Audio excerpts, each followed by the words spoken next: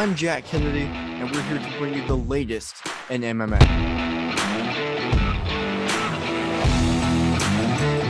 Hey everybody, my name's Hunter Boss, and what the boss says goes.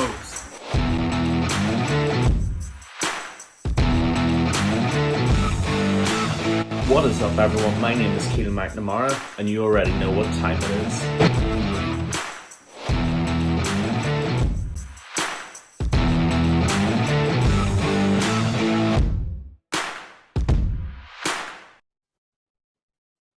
Hello, everyone, and welcome to the MMA Island podcast. I am Jack Kennedy alongside Keelan McNamara and Hunter Boss.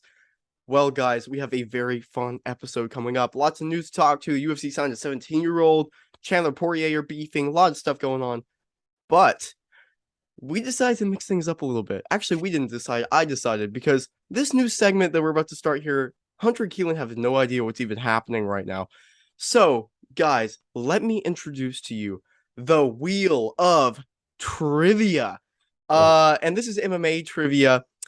You want to get it right, or else you might end up frozen like Elsa. To quote the great Israel Adesanya. Do I get a point? Yeah. So let's begin with this Wheel of Trivia. Now, the way this game basically works is it'll go alternating. So you guys can flip a coin or just decide who goes first, right? Okay. Basically, if you get one right, if let's say Hunter gets it right, Keelan has to get it right, or else the loser will have to do a spin on this wheel, which is like a wheel of punishments. Basically, the loser does a punishment, the winner, you survive, and that's the end of the game. Okay. So pretty much, but here's the thing though, here's the catch. Let's say Hunter gets one wrong, and then Keelan doesn't automatically win if Hunter gets it wrong. Keelan has to get it right to steal over Hunter, or else Keelan has to do a punishment as well. And that goes through multiple rounds as well. So if you guys just keep getting it right, I don't think you will, then whoever gets it wrong, the other person has to steal and get it right. So, you guys ready for this? Ready as I'll ever be. Okay. Who's going first, Hunter or Keelan? What do you guys think? I don't mind if you want me to, Keelan. Do you want to make history and go first, Hunter? Sure, why not? Sure. All right, here we go, guys. First spin on the wheel of MMA trivia. Oh. Okay, who is the most successful 170 pounds fighter? This is UFC history, by the way. George St. Pierre? That would be correct. Woo! Well done. Okay. Hunter survives the first spin. All right, Keelan. Oh. Beat that, Keelan. That was the hardest question ever. I'm fucked, aren't I? All right, here we go.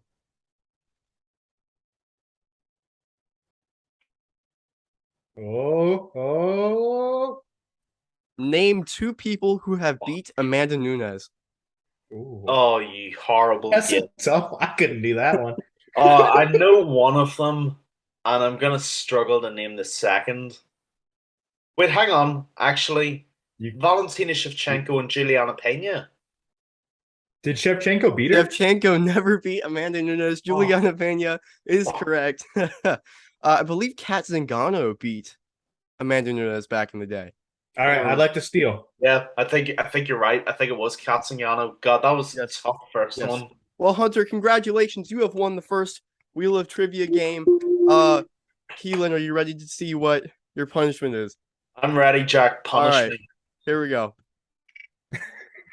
Do the rest of the podcast facing backwards? What are I think we would get more views about this.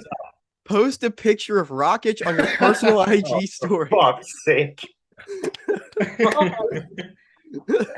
That's pretty good. That's pretty good, Jack. All right. Okay. Thoughts, everybody. Was that a good segment? Yeah, that's good. Yeah. That's good. I like it. And sorry, Keelan, for that. That's brutal. That's brutal. All I know is pain. Yes, we'll be expecting to see that after the podcast. So everybody stay tuned. All right. Well, first segment completed. Hunter, congratulations. Let's move on now to the news. There's a lot of stuff that happened, but we're focusing on the first ever under 18 fighter that has been signed to the UFC, a 17-year-old fighter Raul Rosas Jr. just got signed off the Dana White Contender Series. Hunter, what did you think about his performance? And what did you just think about the UFC signing a 17-year-old in general? This kid's scary, guys. I mean, he's 17, he fights at bantamweight, and man, can he grapple. I mean, his grappling prowess in the octagon was insane. I mean, yeah, sure, he got taken down once or twice in the fight, and his opponent landed some decent ground and pound, but every single grappling exchange, he would end up on top and in the better position. Hell, he almost got this insane submission Yeah. with this leg stretch type of thing. I don't even know what it was called. I think it's a Sulov or something like that submission. But honestly, it showed great potential. Aljamain Sterling even tweeted out saying this kid's going to be champion by 25. And then Rosas, of course, in the post fight interview, he's going 25, nah, 20 guys. He'd be champion by 20. And just to even think about champion by 20 or champion by 25, 20, it's still good 3 years. So he can rack up his potential. It's possible. I mean, we saw Alex Pereira less than 3 years get a title shot. So it's definitely possible. I really like what they're doing here. They're taking a chance on this young kid. They can groom him to be that UFC fighter. This is going to be great. I think there's only good things to come from this. Yeah, I agree with Hunter. I think Raul Rosas was so impressive. And you got to remember, this kid's not even out of high school. He's 17 years old. I mean, the amount of talent this guy has for his age is the amount of talent he has for any age is unbelievable. But for the fact that he's only 17 is just mind blowing. It really, really is. I mean, I feel old. I feel really old just seeing this. But I actually think what's so good about this signing of Raul Rosas is that it shows us how far MMA has come in such a short period of time. I mean, in the period of we're in 2022 now, say in a period of 6 years from 2016 to 2022, we've gone from the sport being in its relative mainstream infancy to a 17-year-old being so good that he's a more than worthy person to have in the UFC. And I mean, the transition and the evolution of the sport is just unbelievable. And this kid is just the first of many prodigious talents to come out of the system, so to speak. Overall, I think he's incredibly impressive. I think his performance was brilliant. And I don't think there's anything stopping him from being a future champion. I really don't. Now, will he be champion by 21, 22? That's kind of hard to say because every division is pretty stacked right now. But will he be a future champion? I don't see what's stopping him. I think he was brilliant. I think Raul Rosas is a name to watch for the future. And I think this kid is going to grow and grow and grow. And it'll be brilliant to watch. So, all around, great for the Contender Series, great for the UFC, and great for Raul Rosas. Yeah, I mean, it's one thing to say, okay, the UFC signed a 17-year-old, but this guy deserves to be in the UFC based off of what we saw. High elite level jiu-jitsu based off what we saw. BJJ off the charts.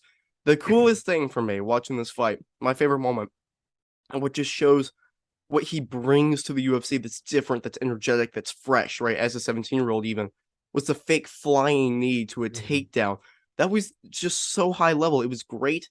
I'm so excited for this guy. His opponent even did a really good job defending submissions, but his opponent is also a BJJ focused guy, and he just dominated him on the ground.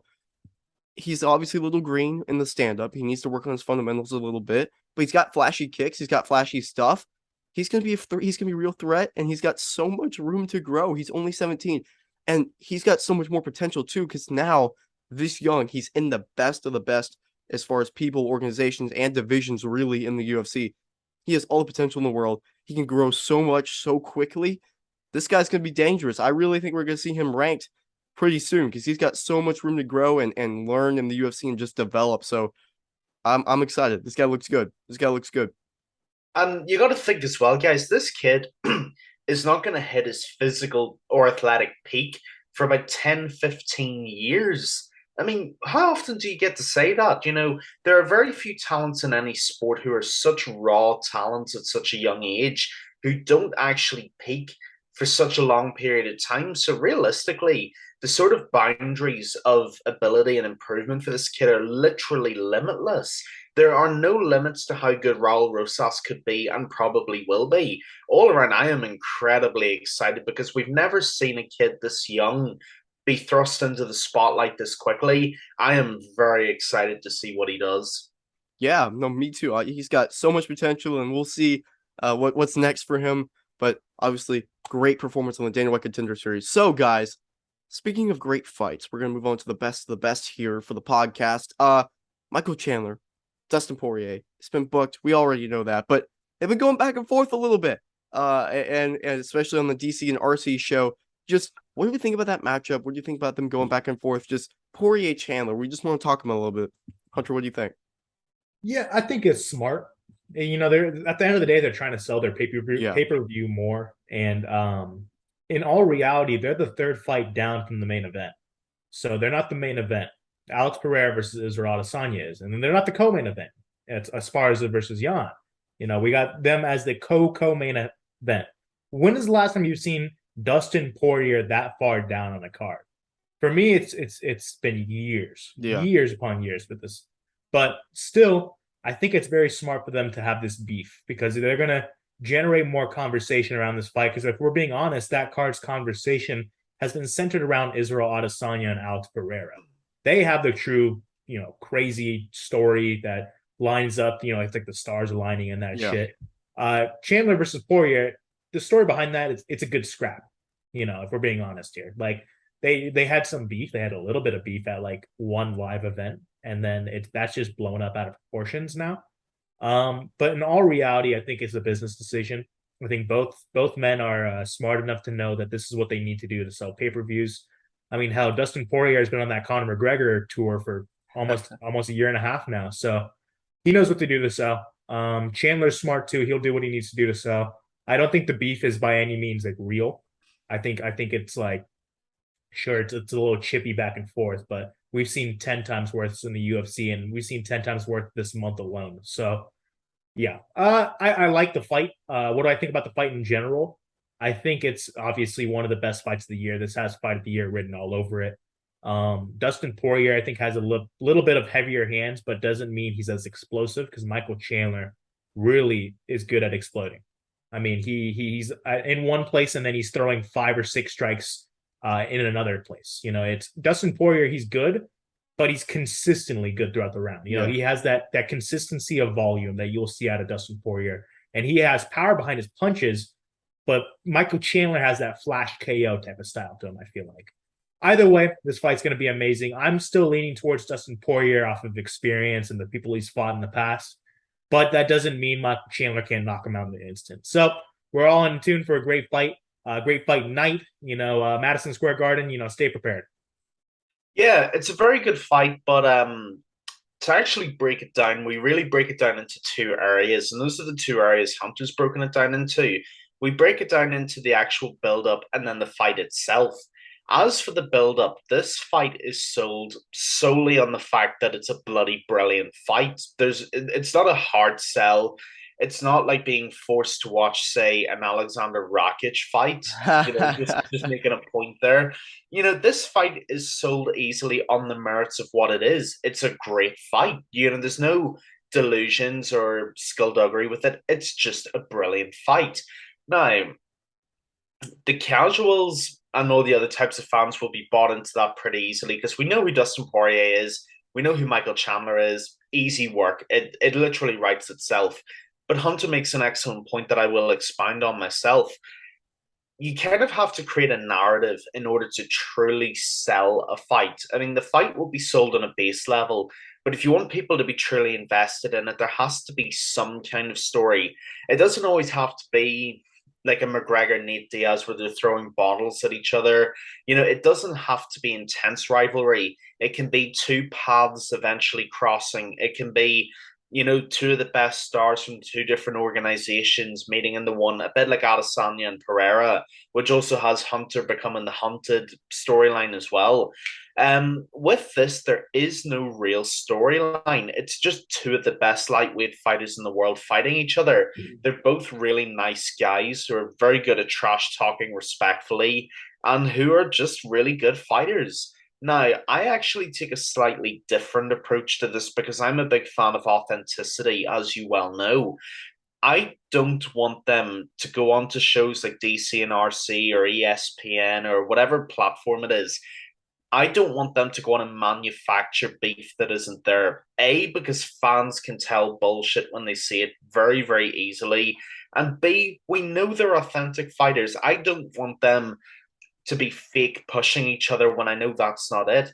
Just go up, shake hands, be respectful, and move on. I think you sell the fight solidly in that way. This isn't a Conor McGregor fight where you need to get amped up and, rile up the crowd and that kind of stuff. Just do your thing and rock with it your way. We know it's going to be a fight of the year contender. Just work into that. Now, as for the actual fight itself, the actual contest, well, as I said, it's a brilliant fight. Dustin Poirier, arguably for me, the best pure boxer at 155 pounds, has been for a couple of years now.